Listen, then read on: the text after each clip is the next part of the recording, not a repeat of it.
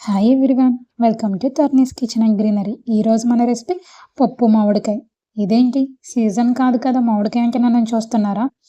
ఎవరో తెలిసిన వాళ్ళు ఇచ్చారండి. పుల్లగా ఉందని కూడా చెప్పారు. పప్పు మామిడికాయ అంటేనే పుల్లగా ఉండాలి కదా. పుల్లగా ఉన్నప్పుడు ఆగుతామా? కూర వండేసుకుంటాం కదా. ముందుగా 2 గ్లాసులు కందిపప్పు తీసుకొని శుభ్రంగా వాష్ చేసుకొని దానిలోకి ఒక 3 గ్లాసులు వాటర్ పోసుకొని పుల్లటి మామిడికాయ ముక్కలను వేసుకొని దానిలోకి ఒక 3 పచ్చిమిర్చి కూడా యాడ్ చేసుకోవాలి.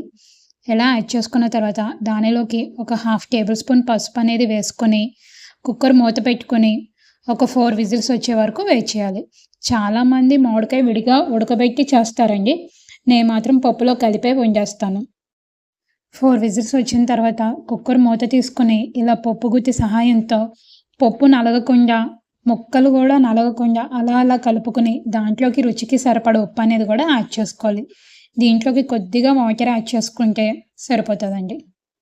ఇదే ఫస్ట్ టైం అండి సీజన్ రాకుండానే మామిడికాయతో పప్పు చేసేయడం. టేస్ట్ ఎలా ఉంటుందో అనుకున్నాను కానీ కాయ మాత్రం చాలా పుల్లగా ఉందండి. ఇప్పుడు పోపు ప్రిపేర్ చేసుకుందామండి. 1 టేబుల్ స్పూన్ ఆయిల్ తీసుకుని దాంట్లోకి 1 టేబుల్ స్పూన్ ఆవాలు, 1 టేబుల్ స్పూన్ జీలకర్ర, 5-6 వెల్లుల్లి రెబ్బలు తీసుకోవాలి.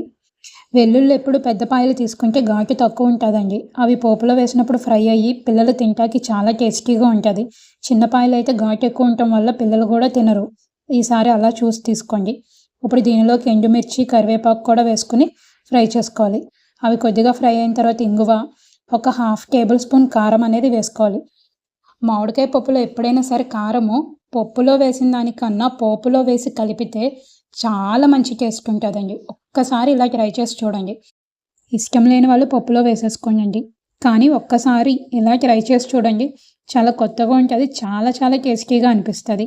ఇంకేముంది, వేడి వేడి పుల్లటి పప్పు మామిడికాయ రెడీ అయిపోయింది.